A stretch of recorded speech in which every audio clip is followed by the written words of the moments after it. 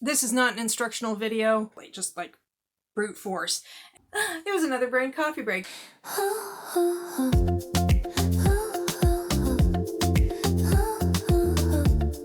Hi, I'm Sock Marionette, doing business as bargain counter argument, and I'm a middle-aged lady in a tiara, drinking coffee and making plans for the day. It's Sunday, August 2nd, 3rd? Sure, you bet, why not? 2nd. And for once, I'm not hopping on here to talk about how tired I am and how dragged out and exhausted and so on. I'm actually feeling pretty lively, pretty energetic, and I was yesterday too.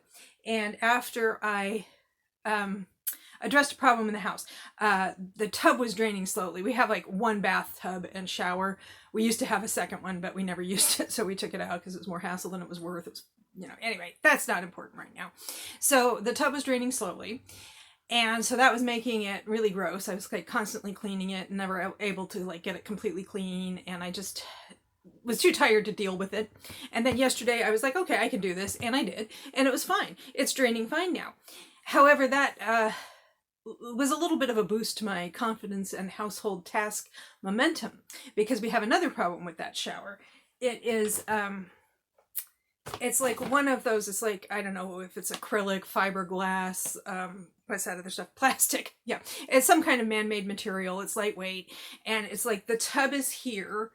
And then there's a surround that's also some kind of lightweight man-made material. And then there are these joints that are filled with joining compound, caulk, I believe silicone based, because that's what you use. And it was installed a long time ago, and part of it, especially like right behind the faucet where it gets the wettest, is like really, really gross. And I mostly take showers. Mom Marionette mostly takes showers, but every once in a while I want to have a nice relaxing soak. But I get into the tub and I'm sitting there eye level with all that stuff, and that's not relaxing.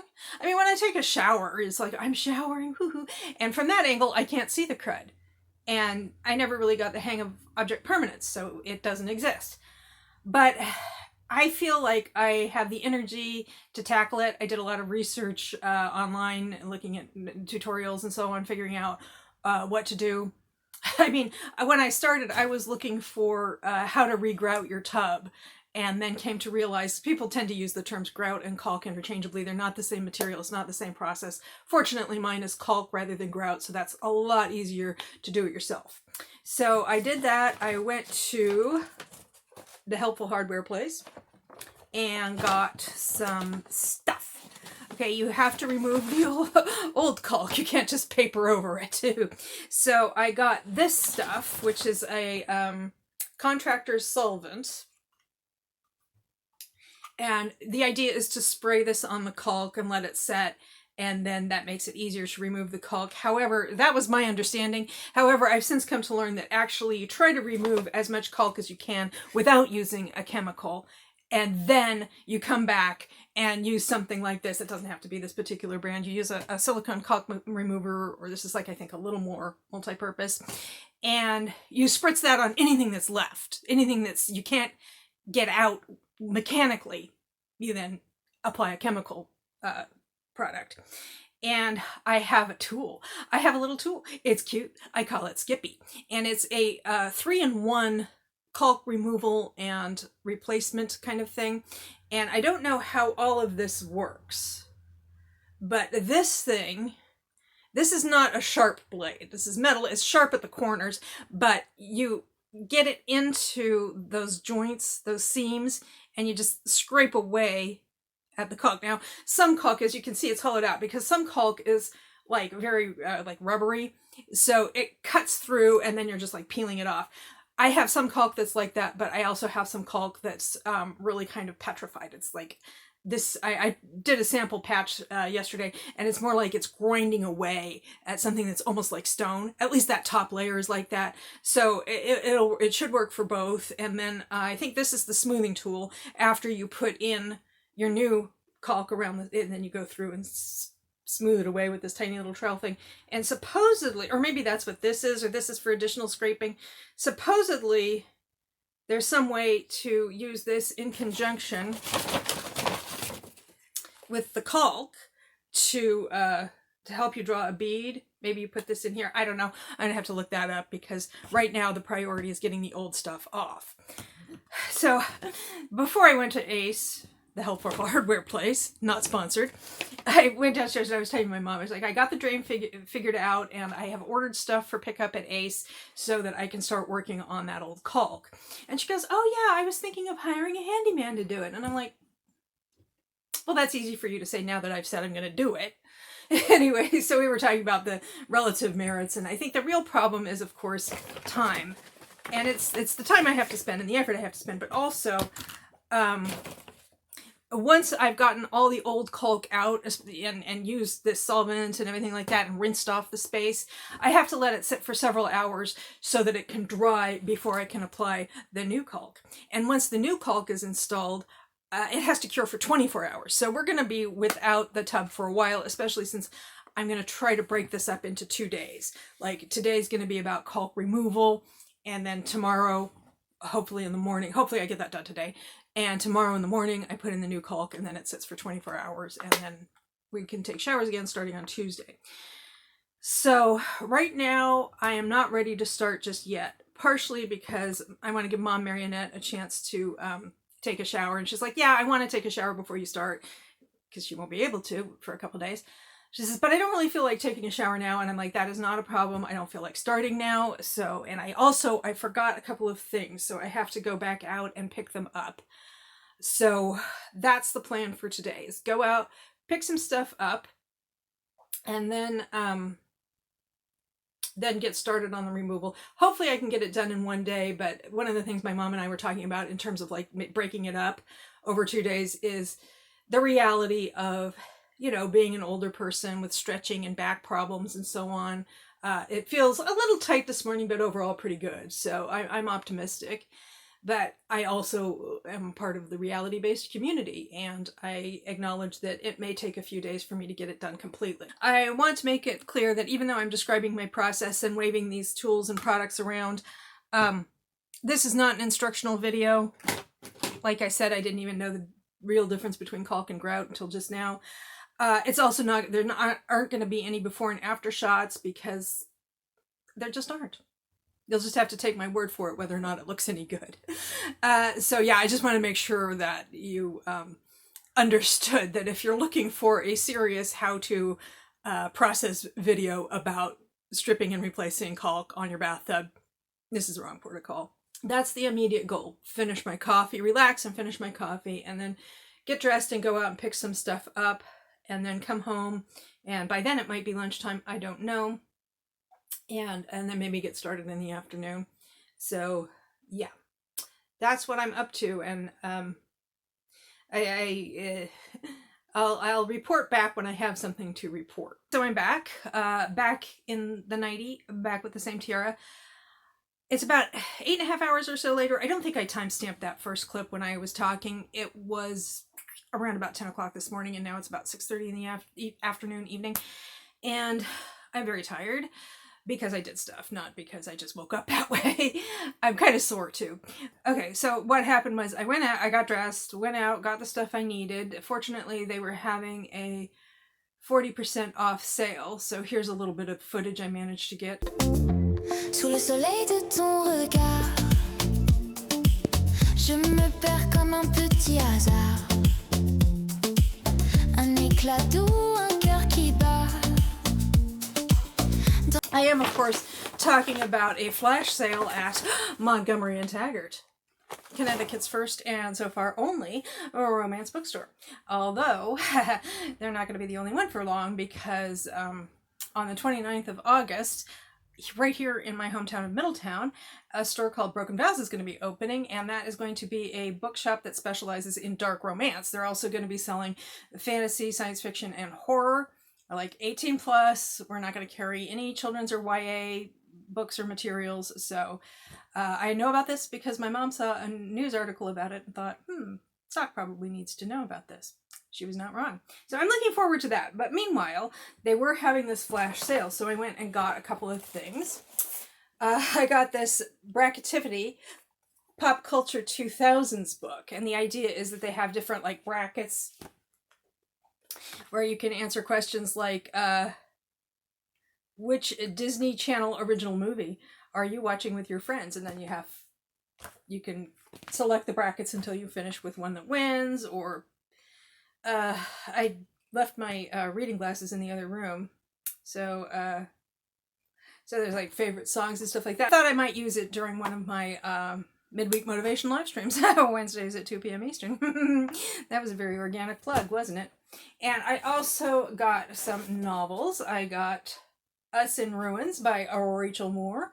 I'll read the backs of these to the camera, like when I have my reading glasses, because right now I'm really tired and I don't want to go get them, and I wouldn't want to try to read summaries of books while I'm this tired anyway.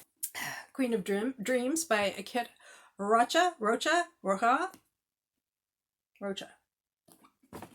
And finally, City of Iron and Ivy. Look at that. Ooh, she's so pretty. Pretty cover by Thomas Kent West. Very pretty.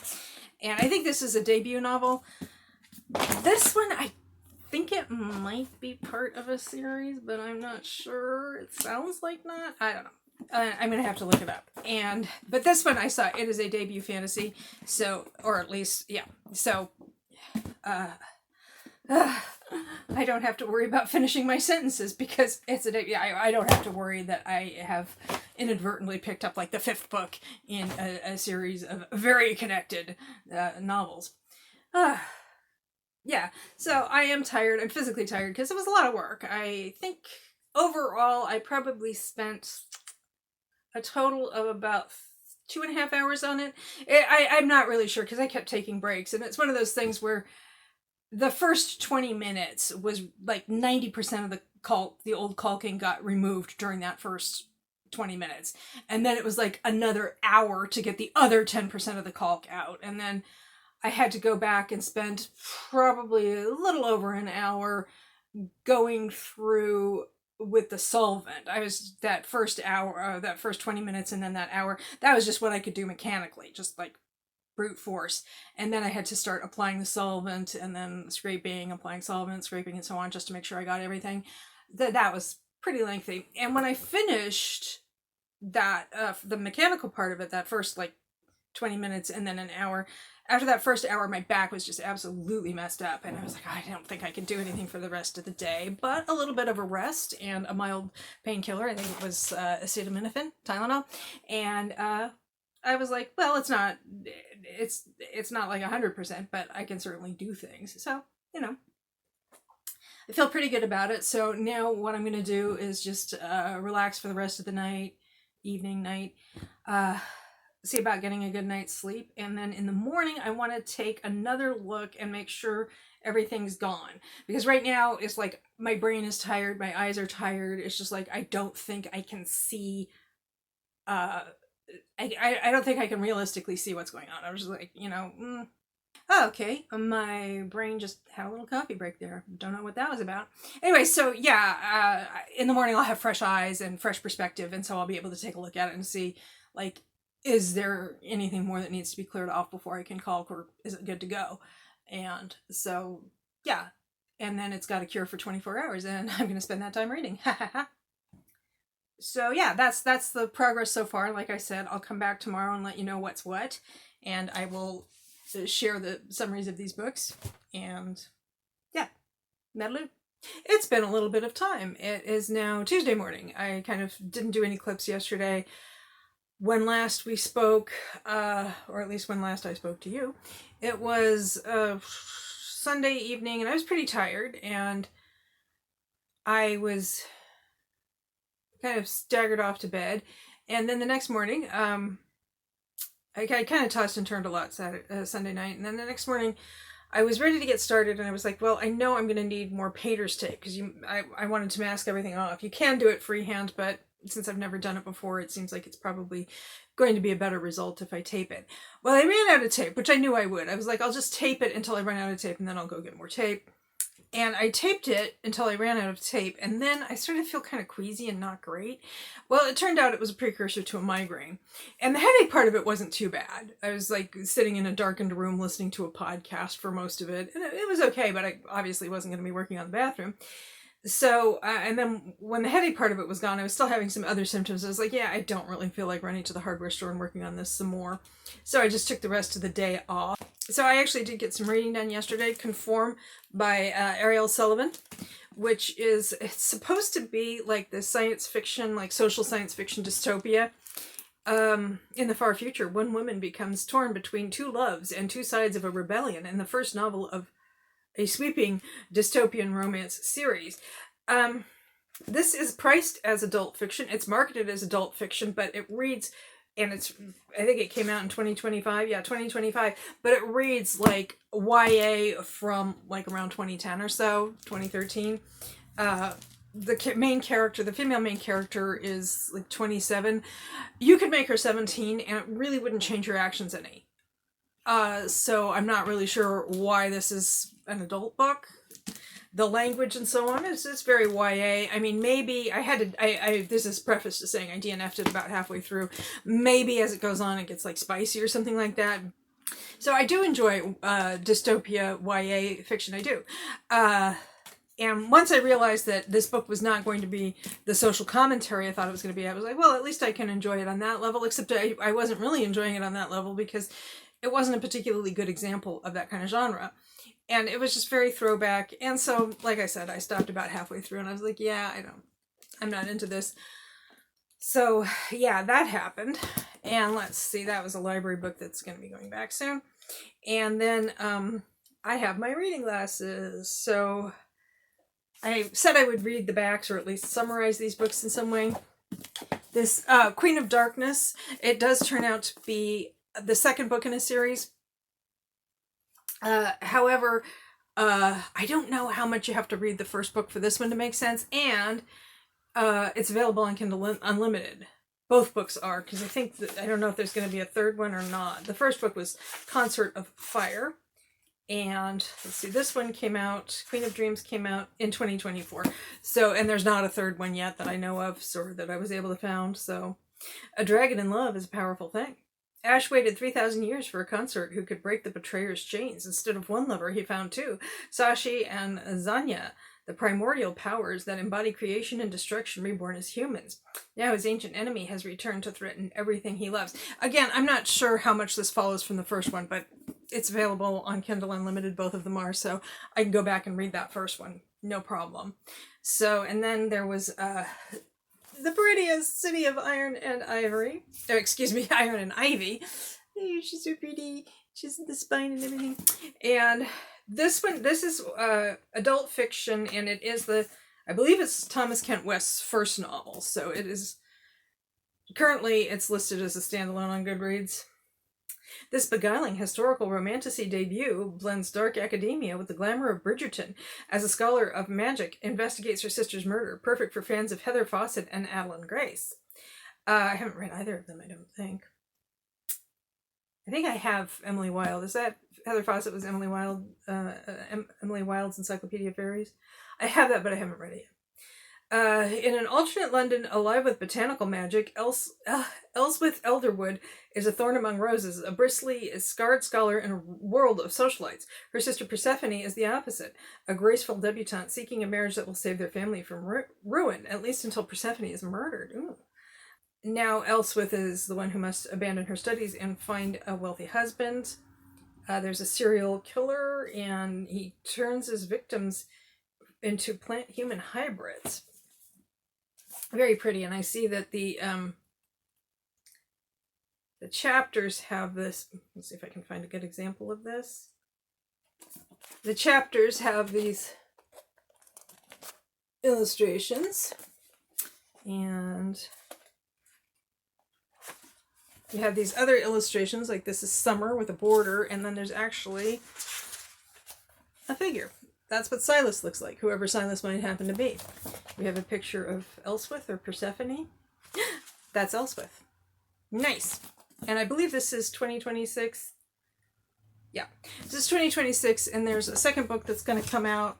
Actually, there's another book by him that's going to come out. I don't know if it's a sequel or not, but it doesn't have a publication date yet. So there's that. And then the other book is one I've already started, and that was Us in Ruins, which is YA, romantasy kind of thing.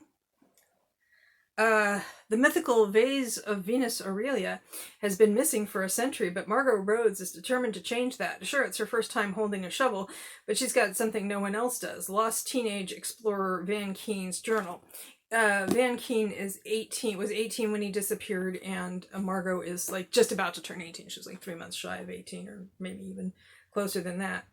Using Van's poetic entries as a map through the ruins of Pompeii, Margot doesn't find the missing shards of the supposedly magical vase. Instead, she stumbles upon a statue that looks exactly like Van. And then the statue comes to life.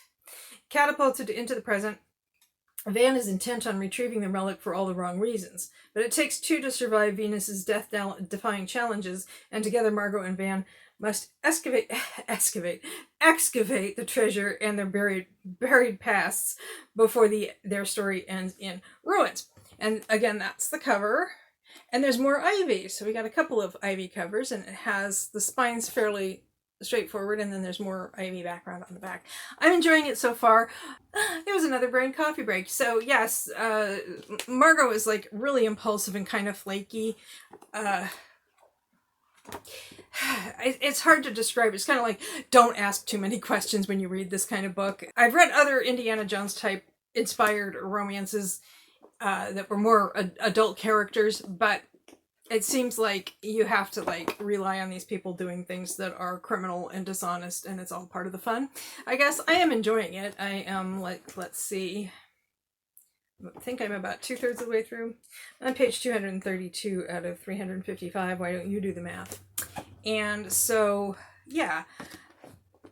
So that's the plan, is go to the hardware store, get the stuff, finish taping, take a break, then like try to actually do the caulking itself, and then let the tub sit for 24 hours. Some of them you can use the shower after like an hour or so, but this one explicitly says don't expose it to water for 24 hours. And I'm like, but I feel grimy now. But that's what sponge baths in the sink are for. Okay, so I will update you later. Okay, it is now Wednesday at about 11:30 in the morning. I just took a shower because everything got cured, and then I scrubbed it and scrubbed it and scrubbed it. This is more just like wanting to do a thorough job cleaning the tub before I used it, just so that I could feel a sense of completion. I think the really hard part was getting the shower curtain back on the rod, because it was a mess, and I hurt my thumb, and we don't need to get into that. It's done. It's done. That tub hasn't looked that good since Obama was president. It's lovely. Now, so overall, I would give that experience probably 3 out of 5 stars, and that's only because I like the results. The process itself, I did not enjoy. I did have a Skippy. Skippy, for the most part, was very helpful. Getting in and cutting out the old grout with this edge of it, that was very helpful. This thing, though, it's placed very strangely. Like, it was kind of hard to use it to get grout out because this kept banging against the wall. I'm not sure if I just wasn't using it properly or what, but it was like, if this had been a little bit further back, that would have helped a lot. The smoothing tool, you can see it has a little silicone on it to use it to smooth out the bead once you've drawn it. I started using it, but I felt it just...